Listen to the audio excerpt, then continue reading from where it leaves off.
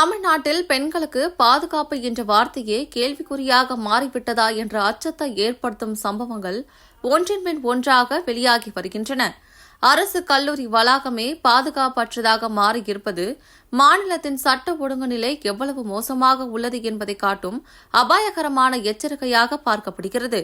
நந்தனம் அரசு கலைக்கல்லூரி வளாகத்தில் உள்ள கேண்டீனில் பணிக்கு சேர்ந்த பெண் ஒருவர் கல்லூரி வளாகத்திலேயே கேண்டீன் மாஸ்டர் உள்ளிட்ட பலரால் பாலியல் வன்கொடுமைக்கு ஆளாக்கப்பட்ட சம்பவம் தமிழ்நாட்டையே அதிர்ச்சியில் ஆழ்த்தியுள்ளது.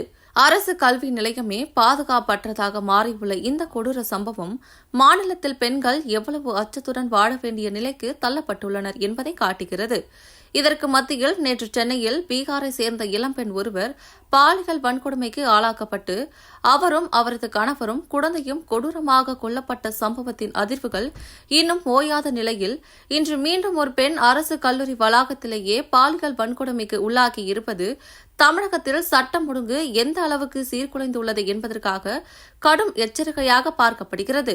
இவ்வளவு தீவிரமான சம்பவங்கள் குறித்து கேள்வி எழுப்பப்பட்ட போது அப்படி ஒரு சம்பவம் நடந்ததே தெரியாது என அமைச்சர் சுப்பிரமணியன் பதிலளித்திருப்பது அரசின் அலட்சியத்தையும் அக்கறையின்மையும் வெளிப்படையாக காட்டுகிறது.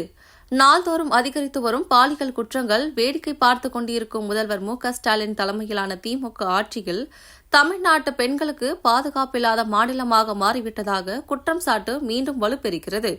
இனியும் பொம்மை முதல்வராக செயல்படாமல் பெண்களுக்கு பாதுகாப்பு உறுதி செய்யும் வகையில் கடும் நடவடிக்கைகள் எடுக்க வேண்டும் என்ற கோரிக்கை சமூகத்தில் பல தரப்பிலிருந்து உரக்கெழுந்துள்ளது.